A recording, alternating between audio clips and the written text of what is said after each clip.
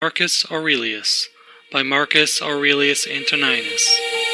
Translated by George Long. Chapter 11. These are the properties of the rational soul. It sees itself, analyzes itself, and makes itself such as it chooses. The fruit which it bears itself enjoys. For the fruit of plants and that in animals which corresponds to fruits others enjoy. It obtains its own end, wherever the limit of life may be fixed. Not as in a dance and in a play and in such like things, where the whole action is incomplete, if anything cuts it short. But in every part and wherever it may be stopped, it makes what has been said before it full and complete, so that it can say, I have what is my own. And further, it traverses the whole universe, in the surrounding vacuum, and surveys its form, and it extends itself into the infinity of time, and embraces and comprehends the periodical renovation of all things, and it comprehends that those who come after us will see nothing new, nor have those before us seen anything more. But in a manner he who is 40 years old, if he has any understanding at all, has seen by virtue of the uniformity that prevails, all things which have been, and all that will be. This too is a property of the rational soul, love of one's neighbor, and truth, and modesty, and to value nothing more than itself, which is also the property of law. Thus then, right reason differs not at all from the reason of justice. Thou wilt set little value on pleasing song and dancing, the pancratium, if thou wilt distribute the melody of the voice into its several sounds, and ask thyself as to each, if thou art mastered by this, for thou wilt be prevented by shame from confessing it. And in the matter of dancing, if at each movement and attitude thou wilt do the same, and the like also in the matter of the pancratium. In all things then, except virtue and the acts of virtue, remember to apply thyself to their several parts, and by this division to come to value them little, and apply this rule also to thy whole life. What a soul that is which is ready, if at any moment it must be separated from the body, and ready to be extinguished, or dispersed, or continue to exist. But so that this readiness comes from a man's own judgment, not from mere obstinacy, as with the Christians, but considerately and with dignity, and in a way to persuade another without tragic show. Have I done something for the general interest? Well then, I have had my reward. Let this always be present to thy mind, and never stop doing such good. What is thy art? To be good. And how is this accomplished well, except by general principles, some about the nature of the universe, and others about the proper constitution of man? At first, tragedies were brought on the stage as means of reminding men of the things which happen to them, and that it is according to nature for things to happen so, and that if you are delighted with what is shown on the stage, you should not be troubled with that which takes place on the larger stage.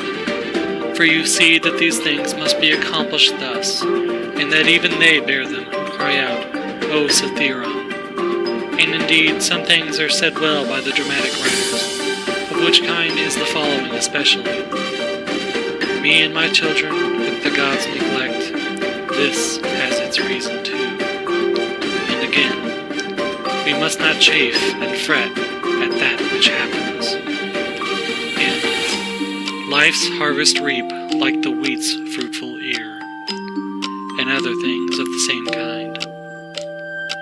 After tragedy, the old comedy was introduced, which had a magisterial freedom of speech, and by its very plainness of speaking was useful in reminding men to beware of insolence.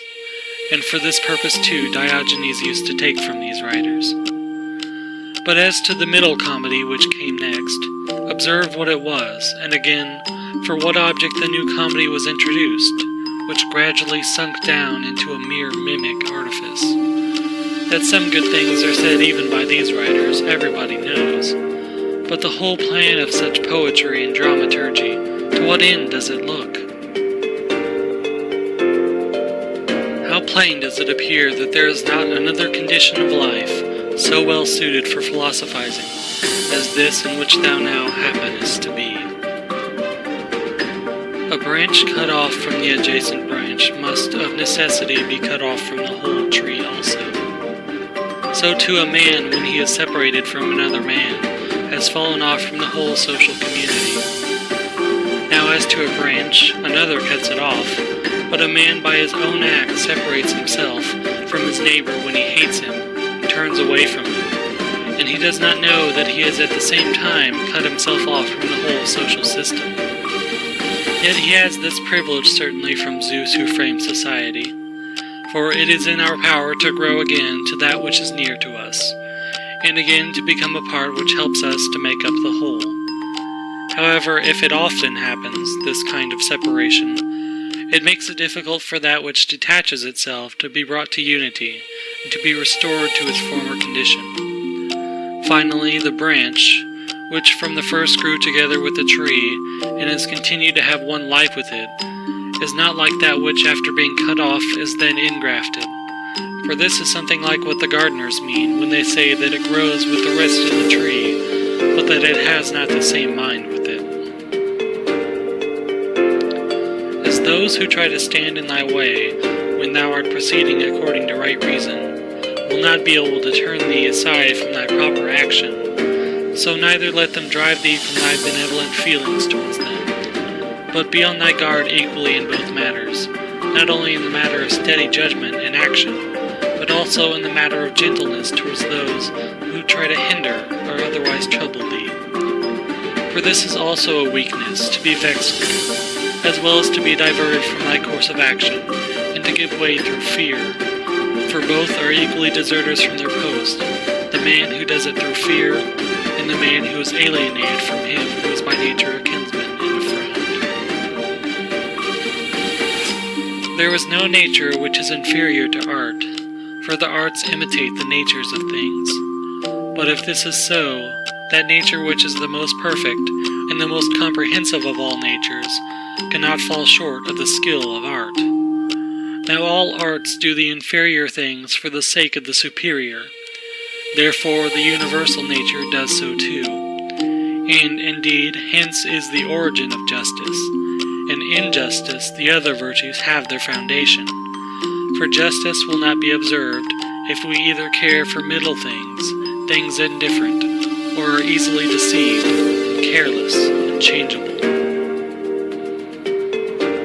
If the things do not come to thee, the pursuits and avoidances of which disturb thee, still in a manner thou goest to them. Let then thy judgment about them be at rest, and they will remain quiet, and thou wilt not be seen either pursuing or avoiding. The spherical form of the soul maintains its figure, when it is neither extended toward any object, nor contracted inwards, nor dispersed, nor sinks down, but is illuminated by light, by which it sees the truth of all things, the truth that is in itself. Suppose any man shall despise me, let him look to that himself. But I will look to this, that I be not discovered doing or saying anything deserving of contempt. Shall any man hate me? Let him look to it. But I will be mild and benevolent towards every man, and ready to show even him his mistake, not reproachfully, nor yet as making a display of my endurance, but nobly and honestly, like the great Phocion, unless indeed he only assumed it. For the interior parts ought to be such, and a man ought to be seen by the gods neither dissatisfied with anything, nor complaining. For what evil is it to thee, if thou art now doing what is agreeable to thy own nature, and art satisfied with that which at this moment is suitable to the nature of the universe, since thou art a human being placed at thy post, in order that what is for the common advantage may be done in some way. Men despise one another and flatter one another, and men wish to raise themselves above one another, and crouch before one another. How unsound and insincere is he who says, I have determined to deal with thee in a fair way. What art thou doing, man? There is no occasion to give this notice. It will soon show itself by acts. The voice ought to be plainly written on the forehead. Such as a man's character is, he immediately shows it in his eyes, just as he who is beloved forthwith reads everything in the eyes of lovers. The man who is honest and good ought to be exactly like a man who smells strong, so that the bystander, as soon as he comes near him, must smell whether he choose or not. But the affectation of simplicity is like a crooked stick. Nothing is more disgraceful than a wolfish friendship. Avoid this most of all. The good and simple and benevolent show all these things in the eyes, and there is no mistaking. As to living in the best way, this power is in the soul. If it be indifferent to things which are indifferent, and it will be indifferent if it looks on each of these things separately and altogether, and if it remembers that not one of them produces in us an opinion about itself, nor comes to us, but these things remain immovable, and it is we ourselves who produce the judgments about them, and, as we may say, write them in ourselves, it being in our power not to write them, and it being in our power, if perchance these judgments have imperceptibly got admission to our minds, to wipe them out. And if we remember also that such attention will only be for a short time, and then life will be at an end. Besides, what trouble is there at all in doing this? For if these things are according to nature, rejoice in them, and they will be easy to leave. But if contrary to nature, seek what is conformable to thy own nature, and strive towards this, even if it bring no reputation, for every man is allowed to seek his own good. Consider whence each thing is come, and of what it consists, and into what it changes, and what kind of a thing it will be when it is changed, and that it will sustain no harm. If any have offended against thee, consider first, what is my relation to men, and that we are made for one another, and in another respect I was made to be set over them, as a ram over the flock, or a bull over the herd. But examine the matter from first principles, from this: if all things are not mere atoms, it is nature which orders all things. If this is so, the inferior things exist for the sake of the superior, and these for the sake of one another.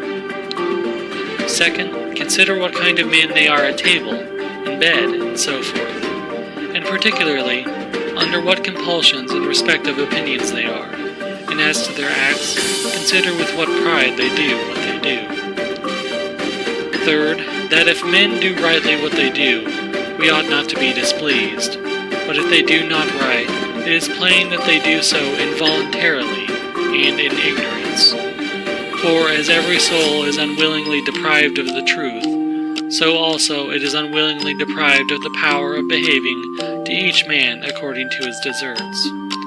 Accordingly, men are pained when they are called unjust, ungrateful, and greedy, and in a word, wrongdoers to their neighbors. Fourth, consider that thou also doest many things wrong, and that thou art a man like others. And even if thou dost abstain from certain faults, still thou hast the disposition to commit them, though either through cowardice or concern about reputation, or some such mean motive thou dost abstain from such faults.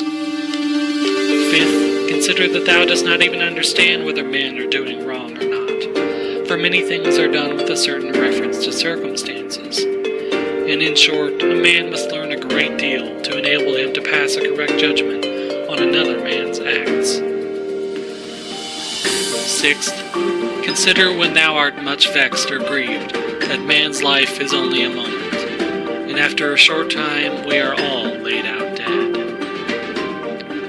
Seventh, that it is not men's acts which disturb us, for those acts have their foundation in men's ruling principles, but it is our own opinions which disturb us. Take away these opinions, then, and resolve to dismiss thy judgment about an act, as if it were something grievous, and thy anger is gone. How then shall I take away these opinions? By reflecting that no wrongful act of another brings shame on thee. For unless that which is shameful is alone bad, thou also must of necessity do many things wrong, and become a robber in everything else. 8th, consider how much more pain is brought on us by the anger and vexation caused by such acts than by the acts themselves at which we are angry and vexed. 9th, consider that a good disposition is invincible, if it be genuine, and not an affected smile and acting a part. For what will the most violent man do to thee, if thou continuest to be of a kind disposition towards him? And if, as opportunity offers, thou gently admonishest him, and calmly correctest his errors at the very time when he is trying to do thee harm, saying, Not so, my child. We are constituted by nature for something else. I shall certainly not be injured, but thou art injuring thyself, my child. And show him with gentle tact and by general principles that this is so, and that even bees do not do as he does, nor any animals which are formed by nature to be gregarious. And thou must not do this neither with any double meaning, nor in the way of reproach, but affectionately, and without any rancor in thy soul. And not as if thou wert lecturing him, nor yet that any bystander may admire, but either when he is alone, and if others are present. Remember these 9 rules, as if thou hadst received them as a gift from the Muses, and begin at last to be a man while thou livest. But thou must equally avoid flattering men and being vexed at them, for both are unsocial and lead to harm. And let this truth be present to thee in the excitement of anger, that to be moved by passion is not manly, but that mildness and gentleness, as they are more agreeable to human nature, so also are they more manly. And he who possesses these qualities possesses strength, nerves, and courage, and not the man who is subject to fits of passion and discontent. For in the same degree in which a man's mind is nearer to freedom from all passion, in the same degree also is it nearer to strength. And as the sense of pain is a characteristic of weakness, so also is anger. For he who yields to pain and he who yields to anger, both are wounded, and both submit. But if thou wilt, receive also a 10th present from the leader of the Muses, Apollo, and it is this, that to expect bad men not to do wrong is madness, for he who expects this desires an impossibility. But to allow men to behave so to others, and to expect them not to do thee any wrong, is irrational and tyrannical.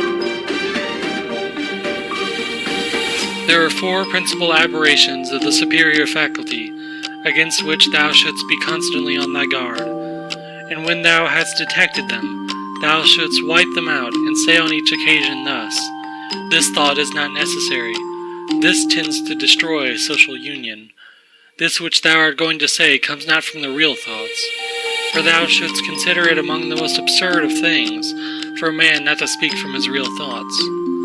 But the 4th is when thou shalt reproach thyself for anything, for this is an evidence of the diviner part within thee being overpowered and yielding to the less honorable and to the perishable part, the body, and to its gross pleasures.